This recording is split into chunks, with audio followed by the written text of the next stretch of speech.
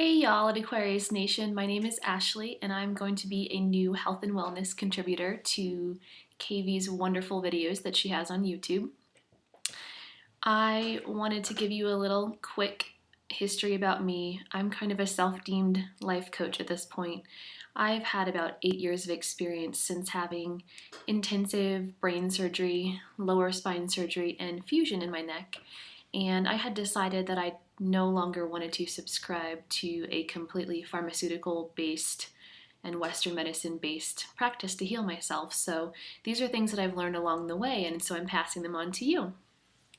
The topic of today's video is reintroducing food after elimination or cleanses, and how to know if you're sensitive to them or if there's something that maybe you need to work into eating rather than just jumping right back into, and honoring our body sensitivities and where we're at. So I kind of put these into 3 different categories, which are immediate reactions that your body can have and to look for. And then within the next category is to look for within a few hours. And the last category is the next day.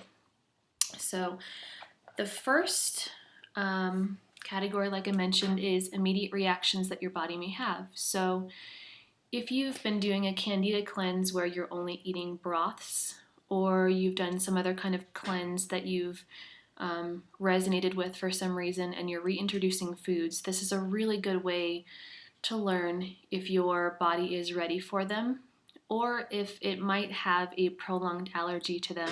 And it's really important that we don't push our body to try and ingest or deal with these foods, because it just makes the healing process more drawn out and longer. So it's really important to honor where we are with our bodies.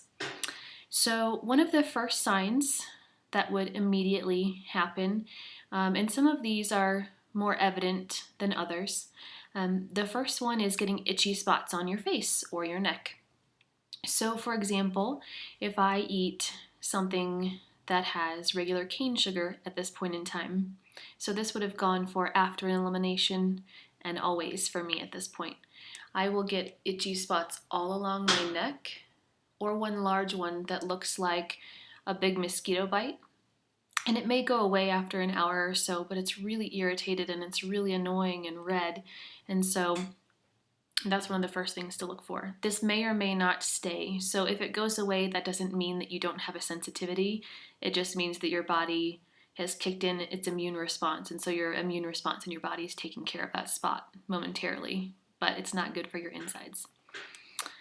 The second sign to look for is your sinuses or nose being plugged. If you notice that you eat a food or also have some type of irritation to hairspray or makeup that you put on your face or someone's perfume or just an environmental thing around you, your sinuses can immediately close. And though you may not feel, an intense amount of pressure, you might notice, oh, I'm having to blow my nose and my nose wasn't even plugged before. Where did this come from?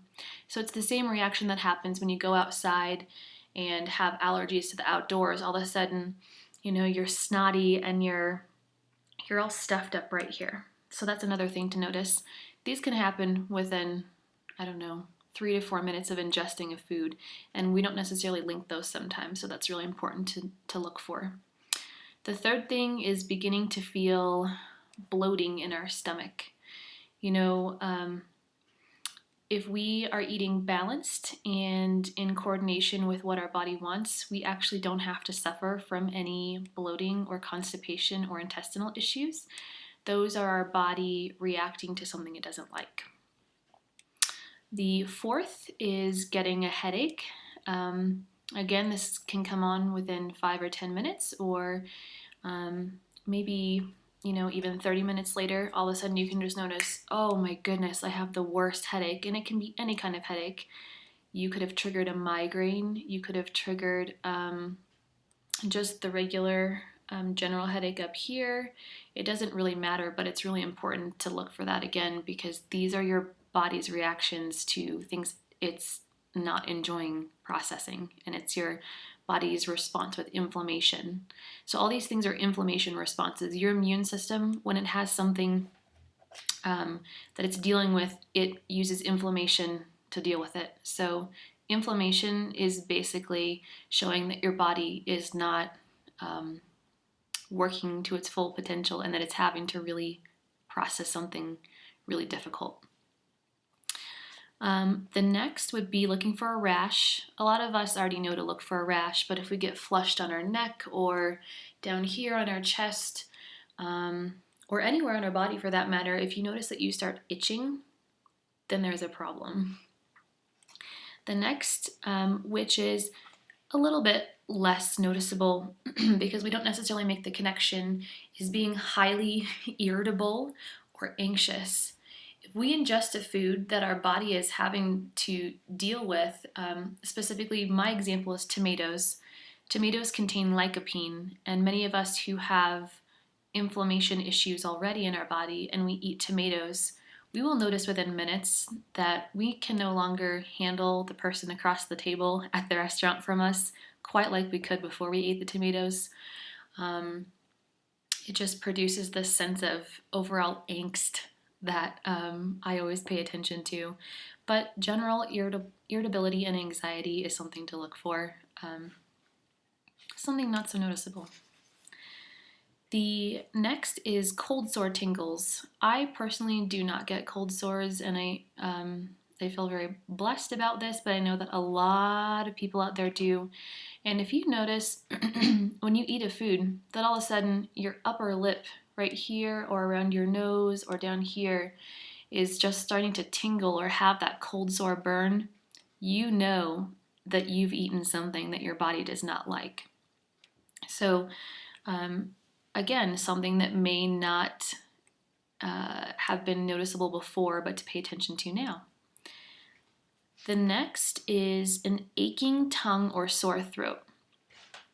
For me, if I eat foods with citric acid or too much lycopene or something that's raw that my body can't quite process because it's not at that point yet, I may start to feel like the sides of my tongue are kind of burned or achy, like when you get sick, that kind of sick tongue feeling, or your throat.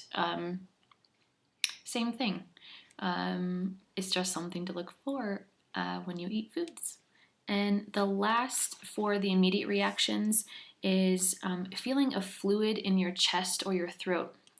So this is a telltale sign for me. If I eat dairy, for example, all of a sudden I find myself going and clearing my throat because it feels like there's fluid or phlegm in my throat.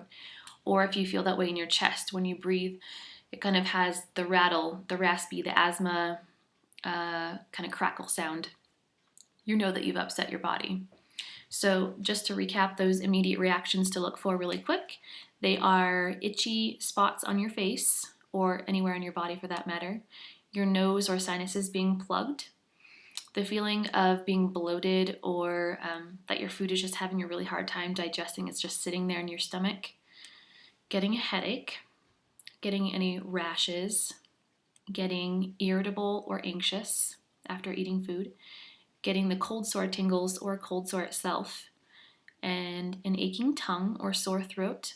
And the last is feeling of fluid in the throat or lungs. So the next are the reactions that you should look for within a couple of hours of ingesting food. These might be a little bit more prolonged in how they present themselves. So that's why within a couple of hours, it's good to pay attention. And also on that note, when we're trying to heal our bodies, eating within a few hours of eating another meal is not something that I would recommend because your food is still trying to digest from the meal before. And also with the elimination and reintroduction portion, it would be hard to know what has completely upset your stomach if you're eating food so closely together.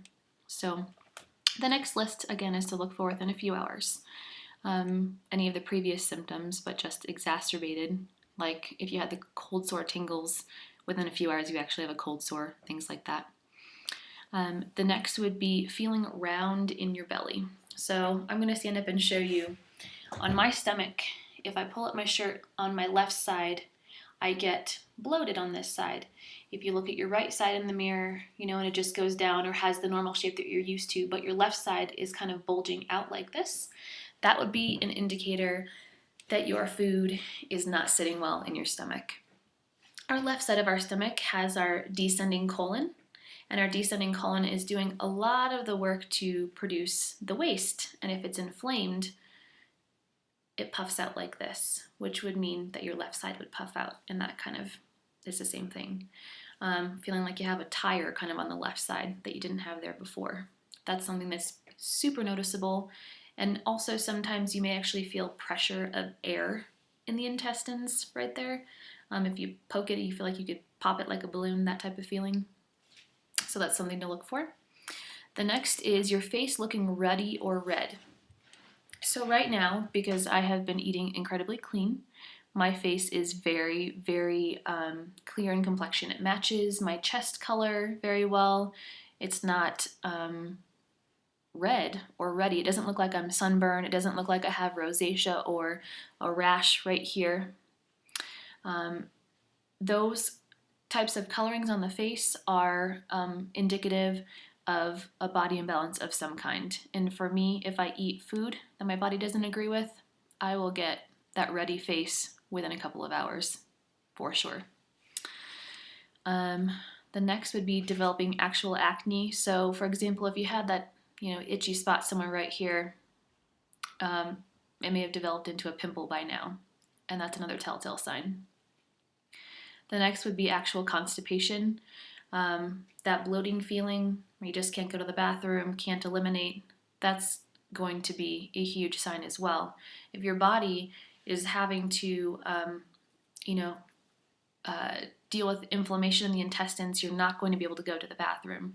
So if your intestine is normally open like this and this big, and it's become inflamed, that is less room for the waste to pass through, and it may actually get stuck. So constipation is another telltale sign. The last to look for within a few hours are mouth ulcers. We already mentioned that your tongue can feel really sore.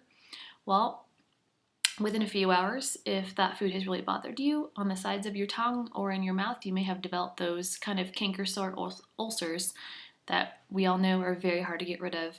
And those can also be linked to food sensitivity or something that your body is not ready for.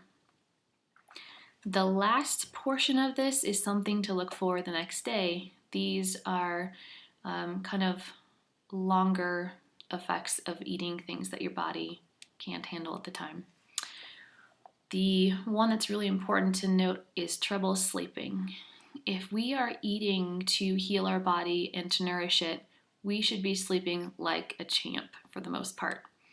We should not be waking up at 3 o'clock in the morning with anxiety or worry and not being able to go back to sleep. Typically, I would say, you should only be waking up to go to the bathroom and then, stumbling back into bed and falling right back asleep. Other than that, having that mind chatter, that intensity in your head that makes you not be able to fall asleep and just have this terrible unrested feeling, that can completely be caused by food. The second is continued constipation into the next day. As I mentioned before, look for that same things I said before. And the last would be feelings of having a bladder infection. Ladies, this might be more evident to us because it seems like we get them a bit more, but guys, this goes for you too. If you feel as though you have to pee all the time or have this kind of like irritation in your bladder of having a UTI, but there's no way you could have really gotten one, and when you actually pee, it feels okay, it doesn't burn, it just burns kind of in between. That can be a sign of food sensitivity.